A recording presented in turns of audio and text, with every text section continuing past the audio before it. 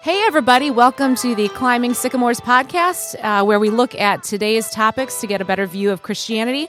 I'm Annie Beege, and I'm joined by my friends Ben Sadler and Matt Harbach.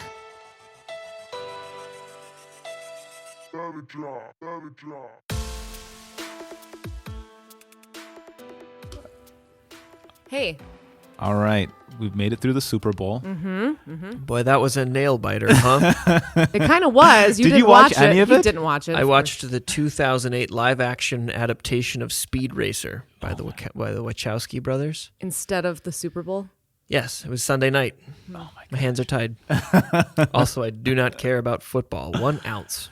Well, as far as Super Bowls go, to go into overtime That's good. and down to the wire, you said you no longer have a crush on Travis Kelce. Yeah, after his That was perhaps the biggest upset of the night. after his ridiculousness with Andy Reid, the coach. It's just, You don't knock over No, a coach. an old You don't man. touch a coach. And he's lucky he's an old man. He should have, if you're any Another younger, player. you clock him. Yeah. That's not good.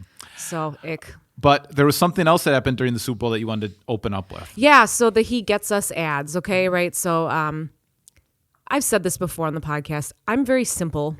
And so when I see the feet washing one where they depict, for those of you who didn't see the commercial, you can look it up, but they depict people washing each other's feet, and they're typically like the juxtaposition is like there's a middle-aged white lady washing the feet of presumably an immigrant who has come off of the bus for traveling or whatever, and just all these kind of juxtaposed ideas about who's washing whose feet. There's like two people in rival protests, and they're like kind of coming together. There's like a priest washing the feet of a gay guy, or what we assume is a gay guy. Yeah.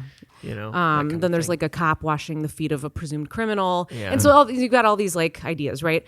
And so for me, I'm like, yep, that makes sense. I'm simple. It makes sense to me. But now everybody's mad. Yeah. So the left is mad. The right is mad. I think in general, people believe that a lot of money was spent on these ads. That's true. And so like, that's just a general consensus that everybody's a little bit miffed at, where like, okay, there are starving people here in the United States, and what's more Well- Jesus-centric is to spend millions of dollars on That I don't buy. the advertising. That What? I don't buy. You don't buy what? That whole there's a story in the Bible, okay, when all the disciples and Jesus are eating, and a woman comes in, right, and she breaks this jar of perfume and puts on Yeah. Jesus' feet, and Judas is thinking in his mind like, wow, what a waste. If she was really loved Jesus, she could have sold the perfume and given the money to the poor. People who shut up. Nobody, That's not what Jesus says. He did doesn't not. say people shut up. He says the Well- poor you will always have with you, but you don't always have me.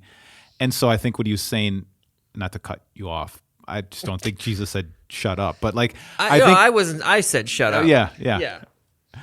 But it's the same thing as when people are like looking at like Jeff Bezos and they're like, well, gee, he should really just solve world hunger. If I had that money, Right, I right. would just be giving it Right. away. No, you wouldn't.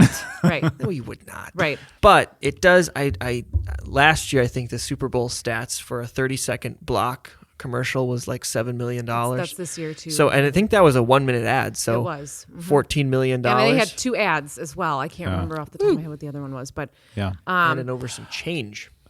The other one that made a little different, made quite a bit of a splash, the Hallow app.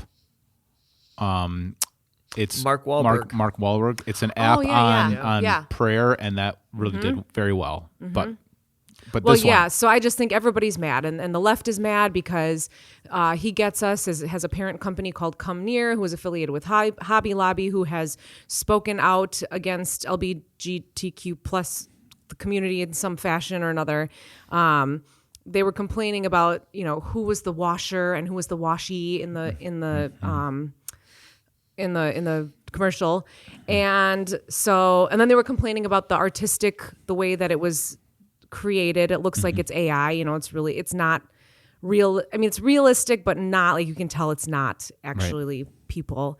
And then the right was mad because it's really woke, and they were calling Jesus a divine social worker, and they were mad because the CEO of Come Near, which is, again, the parent company of He Gets Us, put his pronouns on his LinkedIn profile. It's like, I'm simple. Yeah. I'm simple, and I look at it and I say, Jesus serving. We should serve one another. Like, to me, it's just simple. Why do we have to go into all this? Yeah. Well, I think the ad, I just watched the ad 10 minutes ago for the listener. I think the ad was poorly done. The ending tagline said, Jesus didn't teach hate, he washed feet. And that, I think, is way too simple. Like, Does that not spawn a question, though? Like, what does that mean? Well, I guess that's fair if it's a conversation piece. I guess you're right. It's not necessarily meant to be a message. It is kind of just meant to spark questions or controversy, which it did. Right. So and I guess maybe it's a that's the huge point. success. I thought the AI, whatever, if we're going to make comments on it, I mean, I didn't, they obviously thought about this, but I did prefer their previous ads where they had, like, it was just pictures of, like, humans, and they got you thinking. And I think what they were trying to do with what we're trying to do on this podcast was, it seemed like in the past they were just trying to say, maybe you haven't heard this side of Jesus. And that seemed to be kind of the really the edge that they were, or the message they were trying to make. This one did seem like, all right, we're pushing that a little bit more. It's still true. I don't know if I would totally agree with that last line that they said, but the visual of people washing feet of maybe somebody you don't agree with or something like that is straight out of Jesus' Sermon on the Mount, where he says, he says, love your enemies and pray for those who persecute you. Then you'll be like your Father in heaven, who causes the rain to fall on the righteous and on the unrighteous. So we're called to love those who, and Jesus probably washed Judas's feet. It doesn't say Judas had left already, so Jesus probably washed the one who betrayed him. So that is, I think that would have been the message that would have kind of been in line with what they were doing a year ago. This one, it was a little bit more murky. Like, all right, are you saying that Jesus condones all these different things, or is for all these things? Because what I thought they did in the past was, the unique character of Jesus was to love those even who maybe didn't agree with him. And that was I thought, clear in the past. To me, this was clear as day. I'm simple. Hey, I think it's hilarious that they say Jesus didn't teach hate and everyone hates the ad. I don't hate that is the ad. funny. I did read an article. I almost wanted to bring this up as the challenge right now of doing anything without offending everybody. Now, maybe if I say this, it might offend people, but Uber Eats had an ad, and I guess in the with Jennifer Aniston and whatever that over the Super Bowl. In the Super Bowl, I didn't yes, see all that. Okay. yeah. And the ad was, you had to forget something to remember something, is kind of the idea. And so she was forgetting that she was on this show called Friends, and then Ross comes in and she forgets who he is because she's trying to remember to get her Uber Eats. So you have to forget something from your past. And then part of the ad, I think, was you forgot you had a peanut allergy and you start eating peanut butter that I didn't remember that peanut butter has peanuts in it. And it was a joke, but then a bunch of people got really upset about that who've had peanut allergy. I just thought how hard it is to do any, the comedy. Now, there is one group that you can still make fun of, and they don't seem to rednecks like that. That's one of the, because there was like so wholesome. It just like, what group can you still make fun? So they had that whole mullet thing, like when you drive by, you get a mullet, and it seems like I've been watching comedians. Like, you can also make Charlie Barron's can make fun of Wisconsin, Midwest people, and they're like, oh, that is funny. We are like that. And Jeff Foxworthy had you could be a redneck, that kind of thing. Yeah. So, but it's just so hard because everybody is analyzing and everybody is very much easily offended. And so this article was talking about how hard it is. So then you end up just making things that are not that funny. or just very bland. very right? blunt. 'Cause- Exactly. Because Yeah. you can't. You know what the perfect response to all of this is? That'll get you. You know, just like Uber Eats like puts out a statement where like we saw some of you were offended. That'll get you. Yeah, I know. Boom. Just move on. I think Period. people need to chill out and stop overanalyzing everything. Just chill out. Be Honestly, simple. Be simple. Like just be simple. That's it. That's it. Not hard. Yeah, I think also if you're already against Christianity or against whatever these other different groups are, like you'll see what you want to see in these Right. different things. Right. So somebody, whatever they say will not offend you, or whatever they say will offend you because Right. you already disagree with them. So, and I thought that was what they were trying to do in the beginning, and maybe still are, is that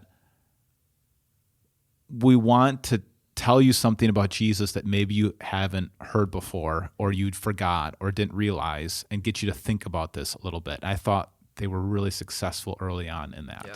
So And on that note, I'm not washing anybody's feet because I don't like feet, but I will serve in other ways.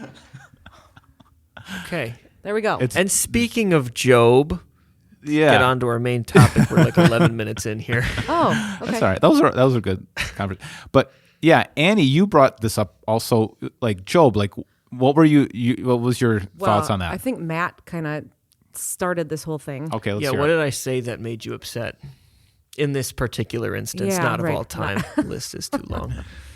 I think that I don't remember. I guess I was just to me it just seemed like I was upset that God would allow the suffering in this capacity for for a righteous person according Right. to right. So I think that was kind Yeah. of why I was like, what? This does not sound like the God I know. That's really good. And I was thinking about it because it kind of like, I don't know, it felt like I was reading through the book and it started to sink in that I think when I first heard the story, like maybe as a kid or something, like that you don't really know what the meaning of the book is right away. You're like, okay, so Job undergoes like tremendous, tremendous tragedy. And then in the end of the book, he gets all of his kids back and all of his wealth back, basically. Not his kids. I mean, not like the kids who died. Not the kids that died. He gets fresh kids. Yeah, but that's replacements. still. I mean, okay, so like you still lost kids. yeah, Right. And a double of everything. yeah. He became even wealthier. But it's very clear it's double of what he has in the first thing, in the first part. The first part of the book, he has, I think, 7 kids and loses them all.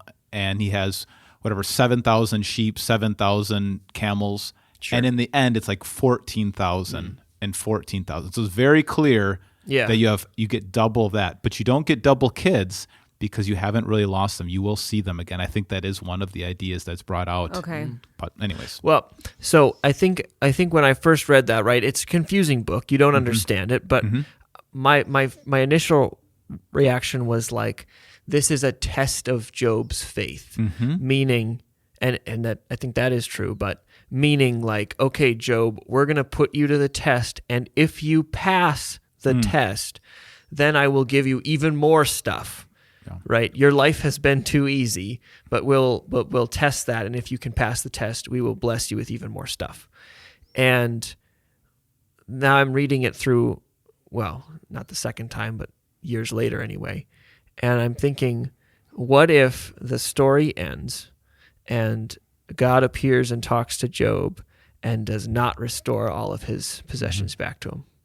What if he just gives his answer and then Job's life continues in relative misery? Does that change who God is? Does that change? Because those are all material possessions at the end of the day. Right. I don't think the word test is what we would call test in the sense of like, if I pass this, I get a reward for it necessarily. Yeah. I think it's more of like you're testing the weight of a bridge. Sure. What it can handle, that, and I think there's so many things that are very important and interesting about this book. First of all, we don't know who the author is.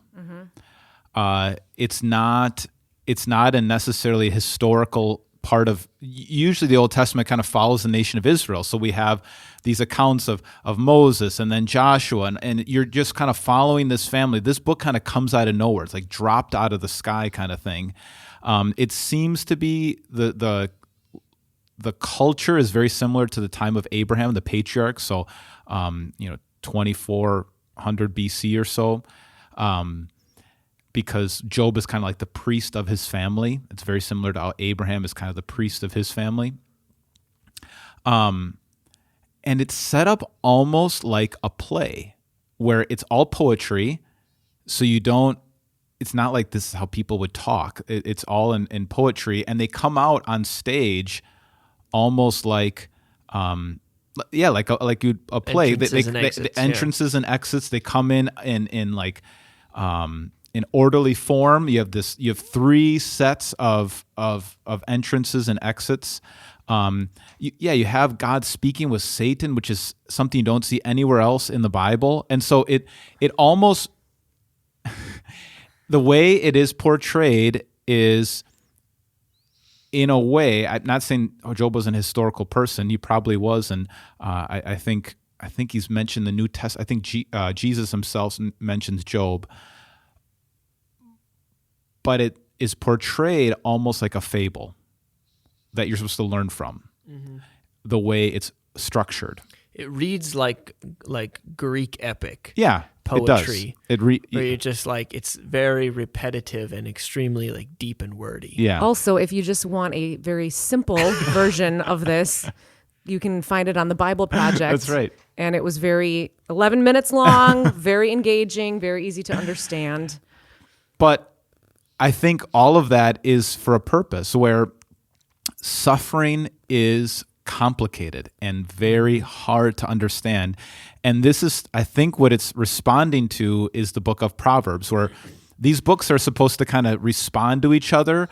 If you fall into the camp where, like, if your life sucks, it's all your fault. And that's kind of the book of Proverbs. If your life is good, it's because you made all the right decisions, which is not bad advice to give a child. Like, hey, do what you can to save your money. Yeah. Don't get into trouble. Hang out with the right people. Do the right thing. And eventually you'll probably have a good life. But what about the person who lost that child or lost that family member or lost their job, and because of downside, something that had nothing to do with them, and then somebody comes up and said, if you just would have made all the right decisions, you wouldn't have wound up in this crap that you're in. And the book of Job comes in and says, we don't understand our suffering, and yet we can still trust God. And that's the point of Job. I like that, and that makes sense to me. But I also don't like how how God and Satan are talking, and Satan's like, hey, why don't you just go, let me afflict Job? And God's like, yeah, okay. Right. We're taking advice from Satan now? Like, what is this? Right. And I think that Well, isn't that what happens, though? I mean, like, if you got into a car accident, is that God doing that? What is that? He's allowing it to happen. Sure. And they keep talking about. He's allowing it to happen. Right. But then, they keep talking about how, Job's so righteous, but he wasn't, he was still sinful, because everybody is, right? Right.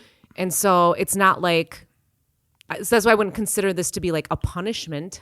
No, it's not. And that's kind of another point from Job, is like, not all suffering is punishment. Some of it is like, if I've done some stupid things and I need a wake up call, like, I need a wake up call. But sometimes the stuff just hits the fan in your life, and you have to just trust. I think that's what's so interesting about the Bible, is that it allows God allows himself to look like the enemy. It's the same thing when he tells Abraham to go sacrifice his only child. And it's very similar to that, where we are to trust God in these moments that seem so bizarre. And yet everything's under control, and everything from God's perspective is under control. But from our perspective, it seems like the world is in chaos, and our life is in chaos, and that God hates us, and that everything is going wrong. And I think God lets himself be put in these places where he looks like the enemy, and we're told we can still trust him even when he seems like our enemy. And I think that's the point of these stories. Yes, and it's supposed to make us feel uncomfortable, by the way. It will, and it does. Yeah. At least for me. Like I would not be happy if God was like, "Hey, go take Tristan out back," and right. I'd be like, like that's not the God I know. Like that's not, Right. you know what I'm saying? So, like it just doesn't make sense to me. And I think, to your point, like we do have a limited perspective, and so like, God in Job, right? He flexes a little bit. He's like, I did this and I made that and I'm great. And like, kind of like you have a very limited perspective. And, if you want to be God, like you can't, Right. so.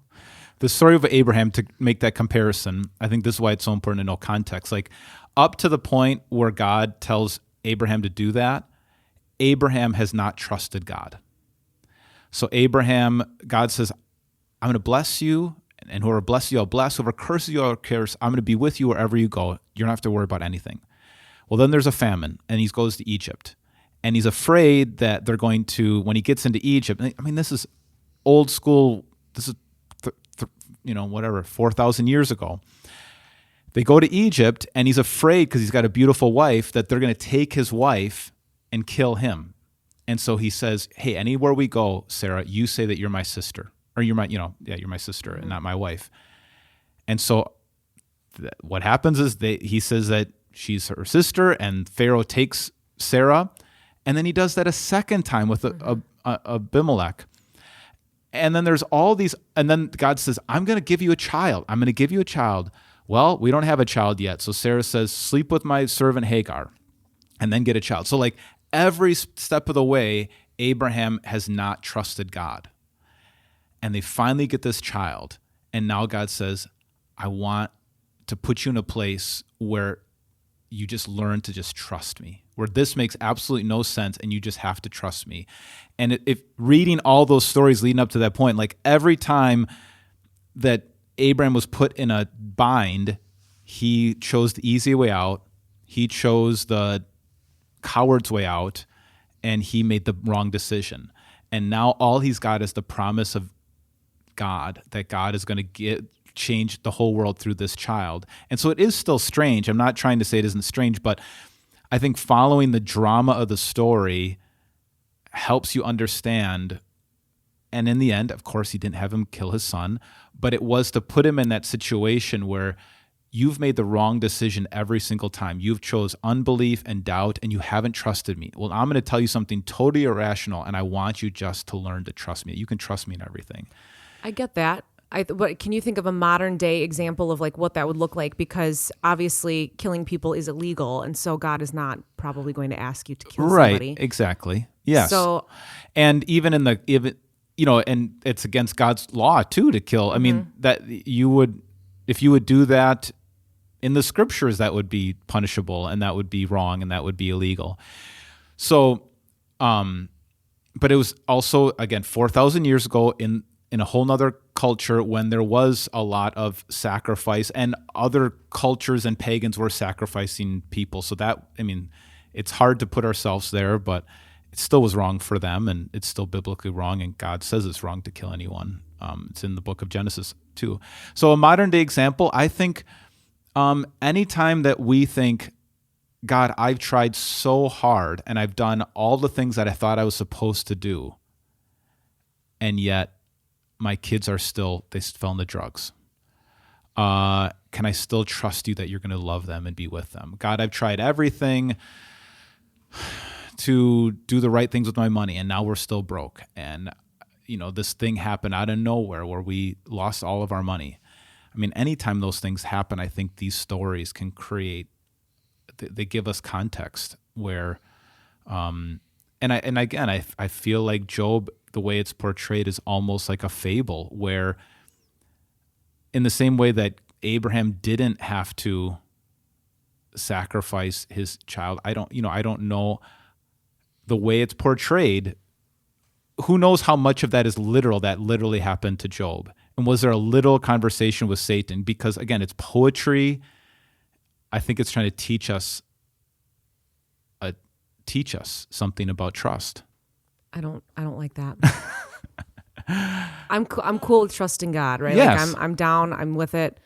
I understand it, But how far are you willing Well, to that's go? I guess that's the thing too. Is I guess I haven't had anything so catastrophic happen. I mean, Sure. there's been hardships here and there, but but overall, I guess maybe I have not been tested. I don't want to test, Lord Right. God, if you hear me. But And ultimately, this is what, Job is a picture of Christ. Ultimately, it's Christ who lost everything. It's Christ who was punished. It was Christ who got everything back again through the resurrection, and it ultimately does point ahead to Jesus. And I think the Bible Project does a really good job. I listened to one of their podcasts, and he went through the whole, how on every point, really, this is a picture of Jesus. So I think that can also be very helpful. I think the book of Job shows us how complicated life really is. And if you want a simplistic religion, a simplistic God, you'll have to make one up on your own. But the messiness of life, when people have loss and they have challenge, and you come in, I think one of the main messages is God rebukes the three so-called friends for their simplistic answers and not showing compassion.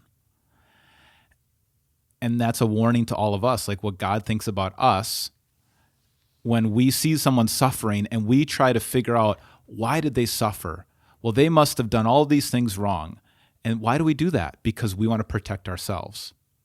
If I can figure out what they did wrong and I can blame them, then I can kind of insulate myself from ever suffering. And so I think the book of Job is teaching us to be compassionate to people who are suffering. If we're one of the friends and we see someone suffering, to not point the finger, but to help. And so I think that's another message of the book, to not try to figure it all out. And that's not the time to. When somebody's suffering, it's not the time to try to figure out everything. It's the time to show compassion. Yeah. What do you think, Matt?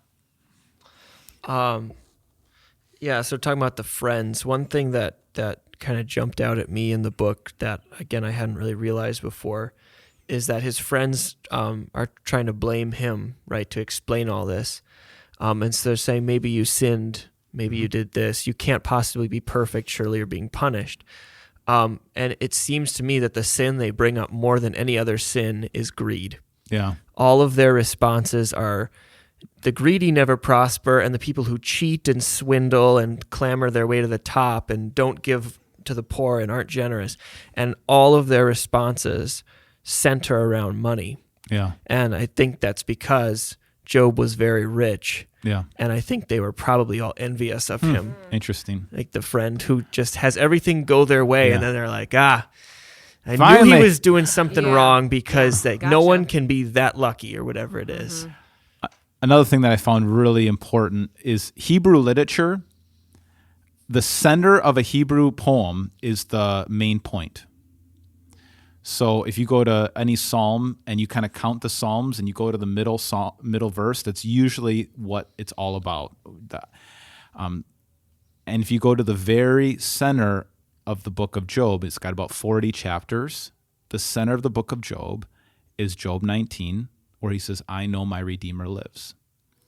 And in the end, I will see him and I will be resurrected. And so Job has a way of, I don't understand this, but I do know that God is going to resurrect me, and there's going to be a great resurrection, and all these things that are chaos right now are going to be put back to right. And I think those are the kind of people that when we see somebody suffer and they have this way of like having this indestructible hope, it's so encouraging and moving. And then on the other hand, when anyone maybe suffers very little and yet they can't take any of it, we look at that and think, oh, that's not something I want to emulate. And with Job, it's he's able to say these incredible things. Now he struggles and he's honest, and so I don't like the idea or the book or the challenge of all of it, but like it's taught me so much onto how to connect with people in their suffering.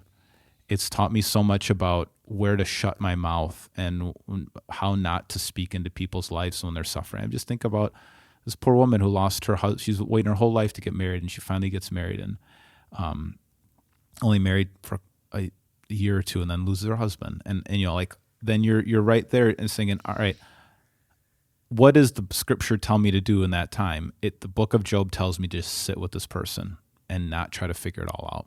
And it's been really helpful. Yeah. Don't obviously don't like it, not asking for it, but it's in the wisdom section of the Bible. It's not in the narrative.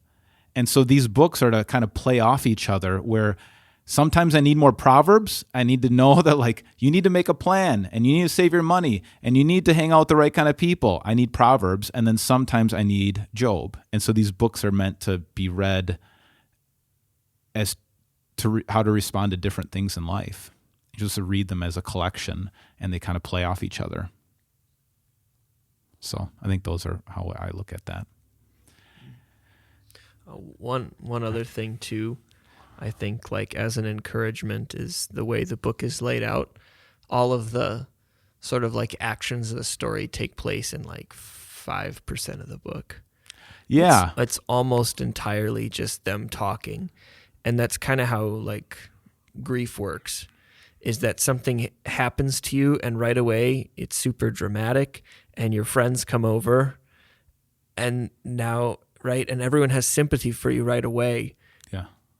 And that wears off, and now you are left to suffer for much longer time than the actual incident itself. Yeah. And even, again, how the incident is described, it does seem like almost a fable. Like,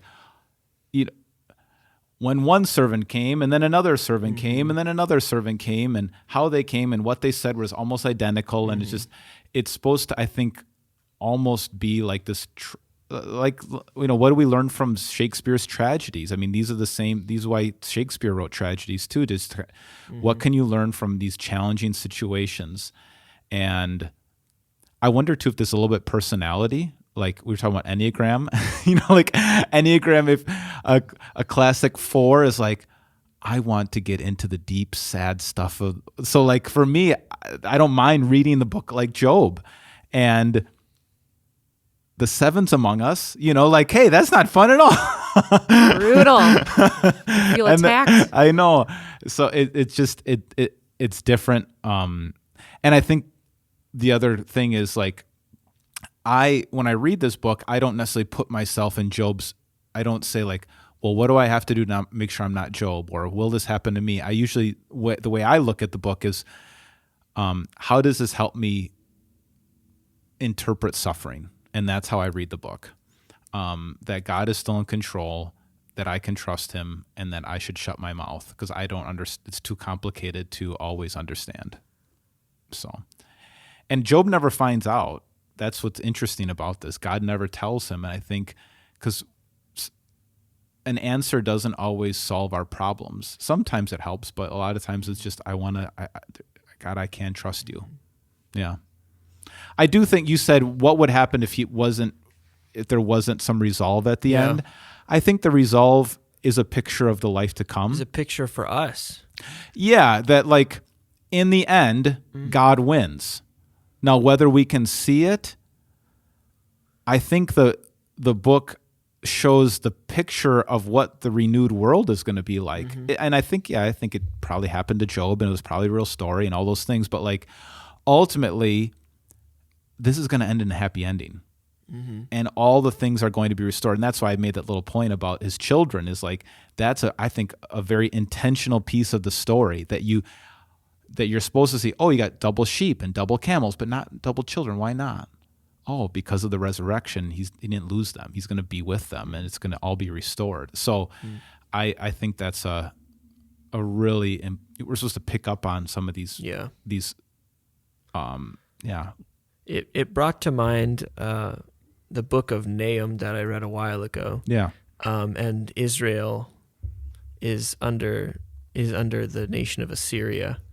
And so the prophet Nahum comes and just basically says, God is going to just thrash Assyria. It's going to happen. And that's a comfort to Israel. Like, God is in charge. He will judge sinners.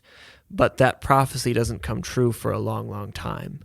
Like, there are people listening to that are like, okay, sweet. When's that going to happen? As they're under Assyria's oppression. It's like, is that going to be like a next week thing? Like, Yeah. nope, years. You might be dead before that. Yeah, like 400 years of slavery in Egypt, actually, right? Yeah. So it's, there's a lot, I feel like there's a lot of the Old Testament like that, where it's always like this promise, you know, and I that's why I really think that it's not really about the reward at the end of Job. I mean, I think that's a picture more for us as the readers now, but ultimately, like, God doesn't test him in order to say, now I can give you more. He already had enough, but it is really that test of faith. And I think that's the same when you're prophesying, you are under slavery now, but Jesus is coming. It's like, oh, great. A couple 100 years, I'll be dead. I have to live the rest of my life as a slave, but it's about believing in the promise. And that is the reality that we have in Jesus Christ, that after the death comes the resurrection, and that it's going to end in a happy. If you didn't have the hope of a happy ending, why try? Mm-hmm. Why even go through and endure? You know, whether and the reality is, all of us are going to suffer at some level. You know, I know, Anne, you said I haven't suffered much, but we all have had Things. We all have had things, but and we shouldn't categorize it, because for us in those moments, it was real. Mm-hmm. You know, like, and I think that can be a real mistake when you're dealing with teenagers, is like, oh, you're just dealing with teenage stuff. Like, well, that's everything. It's real for them. Yeah, right, it's totally real for them. And so I think the hyperbole of Job's suffering is intentional also. I mean, just lose everything, all my wealth, all my children, all my health. I mean, really, there's just, it's all, again, that's why I think there's a lot of like fable to it, because it's so hyperbole. It's so extreme that these are to be taught lessons through it, not just what, you know, I don't know if the book is meant to like, now exactly what time period was this made and how old was Job and where did this, it's supposed to, like, it's wisdom literature that we're supposed to ponder and think about, like, okay. I think Jonah was a real person too, but you read Jonah and that's the same thing. Mm-hmm. Jonah is just filled with this hyperbole where it's like, I want you to go to the worst people in the world that we can think of, Nineveh, the capital of Assyria. Mm-hmm. No, I'm going to run to the farthest place away from that I can think of. And then there's going to be this storm. And then the pagans are going to pray when Job doesn't pray. Mm-hmm. And then you're going to get swallowed up by the biggest fish that you could ever imagine. And you know, so it's just like at every level, 3 there's days just like in the fish, then he rises like from the grave. Yeah, there's sort of so picture. many like hyperbole kind of things. And I think when we see that kind of hyperbole, like, it's not written, like you were saying, it's not written for Job. It's not written for Jonah. It's written for us to kind of like, okay, as I read these extremes, what am I supposed to get out of this? Yeah. I think one thing I just thought of, right? So Job's friends talk about how greedy he must have been. Sure. And Satan says that Job believes in you because you've made him rich. Yeah. So they're both connecting that Job's relationship with God is based on his circumstances. And I feel like I do that subconsciously. Like, okay, God has given me this. Mm-hmm.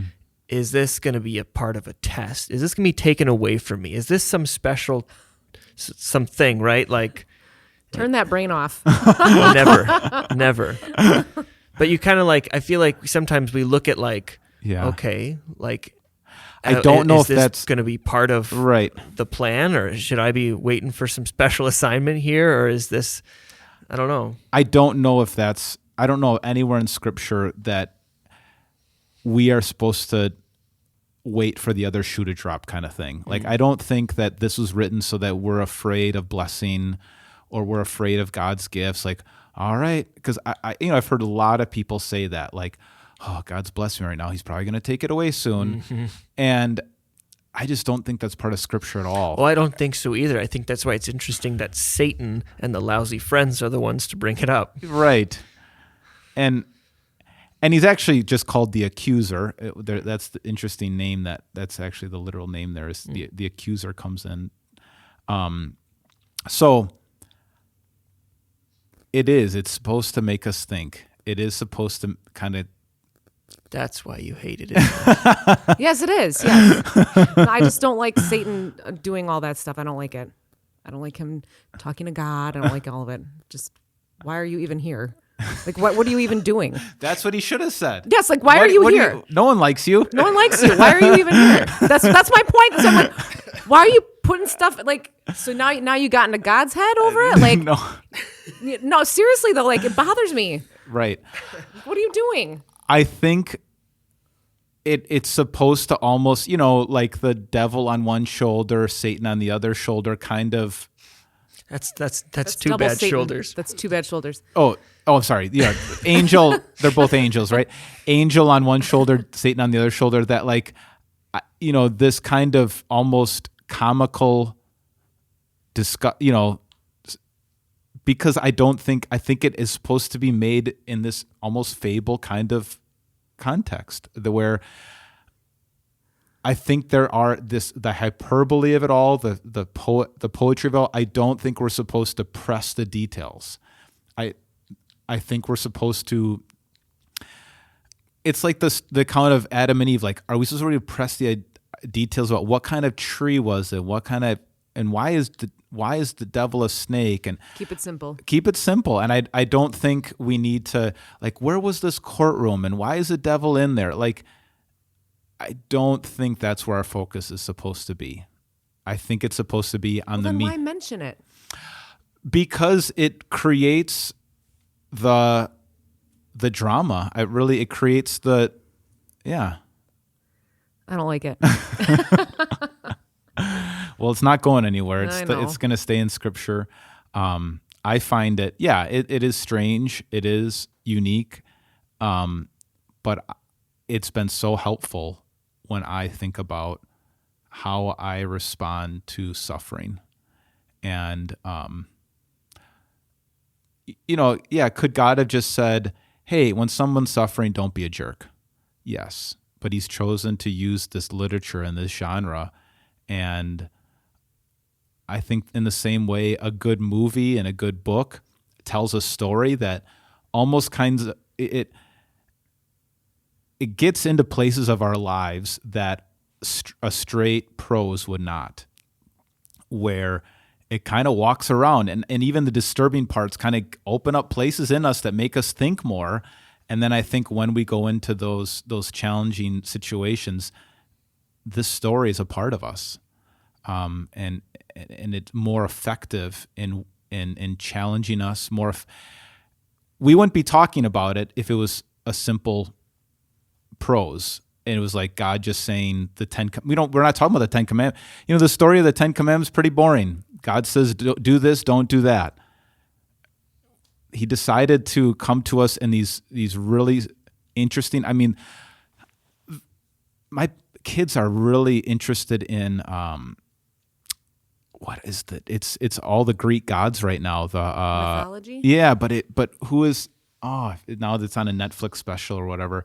But it was the books. Percy Jackson. Percy Jackson. Yeah, that's what it is. Percy Jackson.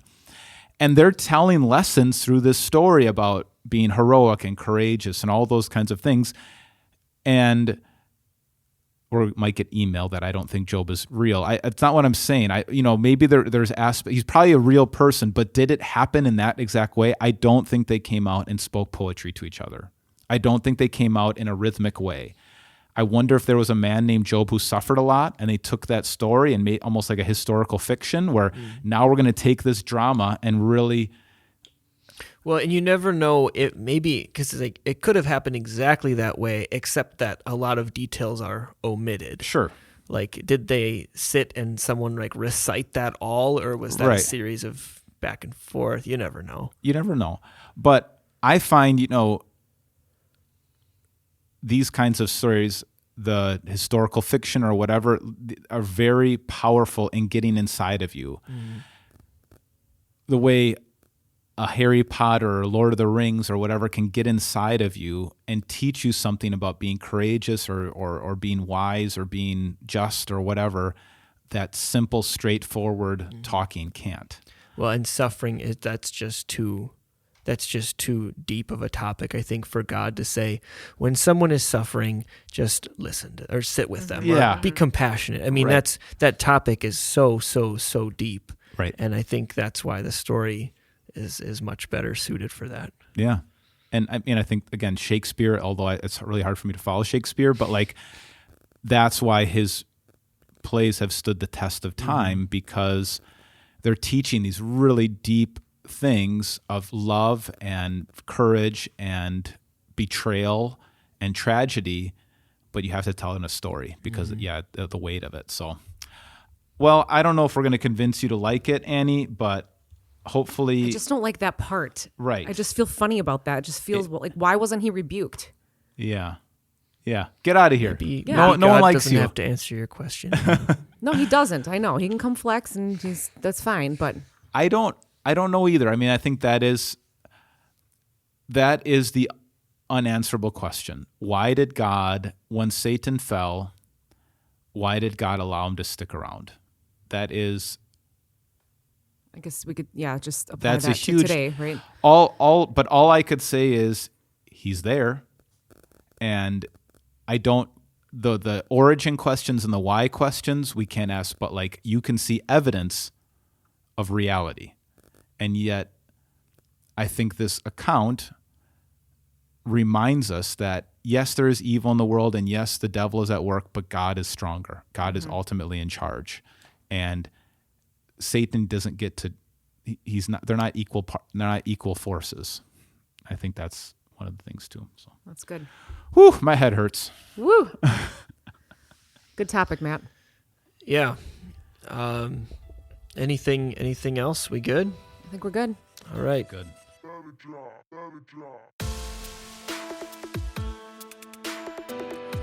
If you'd like to get a hold of us here at the Climbing Sycamores podcast, feel free to email bsadler@victoryofthelamb.com.